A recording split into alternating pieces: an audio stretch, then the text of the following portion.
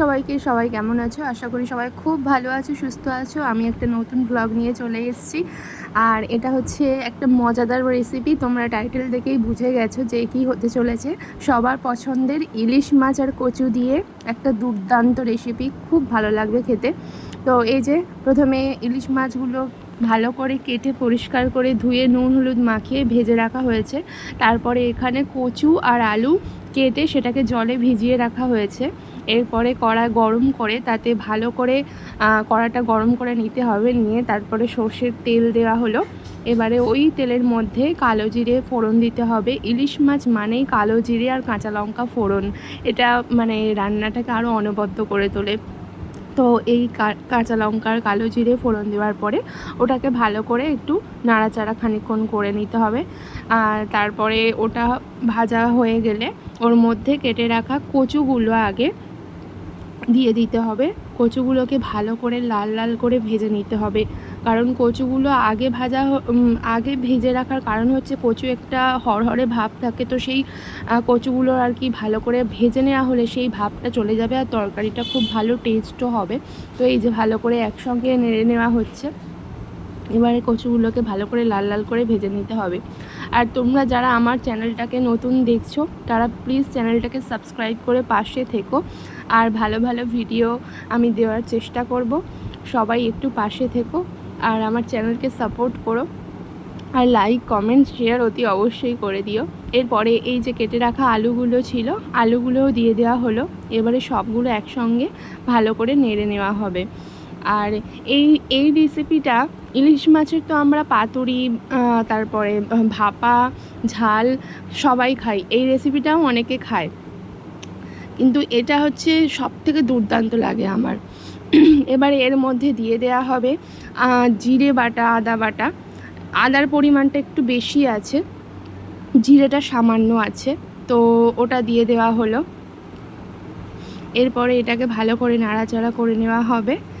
আর তারপরে এটার মধ্যে দিয়ে দেওয়া হবে হলুদ, এরপরে দিয়ে দেওয়া হবে লঙ্কা গুঁড়ো।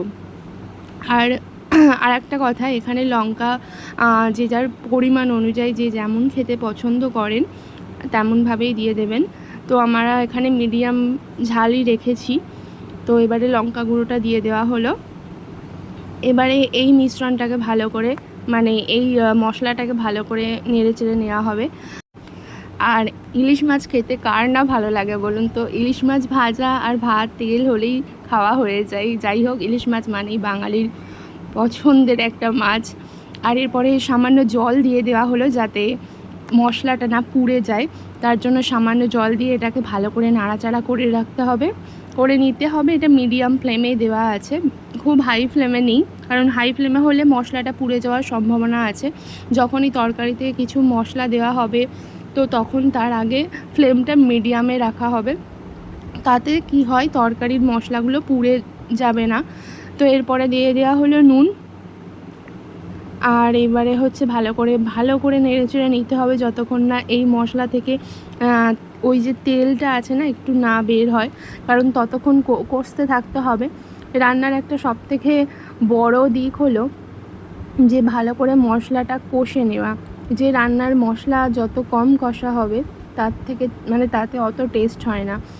বেশি কষা বলতে মিডিয়াম আর কি। তোমরা বুঝতেই পারবে যে এই যে ধারে ধারে তেল বেরোচ্ছে না, তখন বুঝতেই পারবে যে রান্নাটার কষা মোটামুটি হয়ে গেছে। শুধু লঙ্কা গুঁড়ো, নুন, হলুদ যা মশলা আছে দিয়ে জল ঢেলে দিলে সে রান্নার টেস্ট হয় না। একটু ভালো করে যতক্ষণ অপেক্ষা করতে হবে, যতক্ষণ না এই তেলটা আর কি মশলা থেকে ছাড়ছে, ততক্ষণ একটু ভালো করে নেড়েচেড়ে কষে নিতে হবে। এরপরে জল দিয়ে দিতে হবে পরিমাণ মতো। তো এখানে জলটা ঢেলে দেওয়া হলো পরিমাণ মতো। এরপরে এটাকে ফুটতে দিতে হবে। ব্যাস, একদম ইজি একটা রেসিপি, আর খুব সুস্বাদু হয়, খুব দুর্দান্ত হয়। আর এটাকে এরকমভাবে বানালে খুব খুব ভালো লাগবে খেতে। এরপরে এর মধ্যে অতি অবশ্যই সর্ষে বাটা দিতে হবে।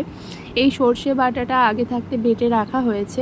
আর যখনই এখানে আমি টিপস বলে দিচ্ছি, যখনই সর্ষে বাটা হবে তখনই তার মধ্যে নুন আর একটু কাঁচা লঙ্কা দিয়ে বাটলে সর্ষে তেতো হবে না।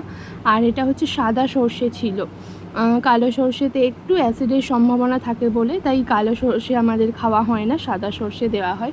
যাই হোক, আপনারা চাইলে কালো সর্ষে দিতে পারেন। এখানে এবারে দেওয়ার পরে তরকারিটা ফুটতে আরম্ভ করেছে। এরপরে এই যে মাছগুলো একে একে তরকারির মধ্যে কিছুক্ষণ ফুটে যাওয়ার পরে দিয়ে দিতে হবে। তারপরে মাছগুলোকে দিয়ে ভালো করে নাড়াচাড়া করে নামিয়ে নিলেই রেডি আপনার কচু ইলিশের মজাদার রেসিপি। খেতে সত্যিই দুর্দান্ত হয়। এটাকে এবার ভালো করে নেড়ে সিদ্ধ করে নিতে হবে। আলুটা একটু সিদ্ধ ভালো করে নিতে হবে, আর কচুটাও ভালো করে সিদ্ধ করে নিতে হবে। তো একটু এটা গামাখামাখি হবে, খেতে আরও খুব সুন্দর লাগবে। গরম ভাতের সাথে এটা সত্যিই একটা অসাধারণ দুর্দান্ত রেসিপি। ইলিশ মাছের অনেক রেসিপি তো খেয়েছেন, এই রেসিপিটা একবার ট্রাই করে দেখতে পারেন, খুবই ভালো লাগবে।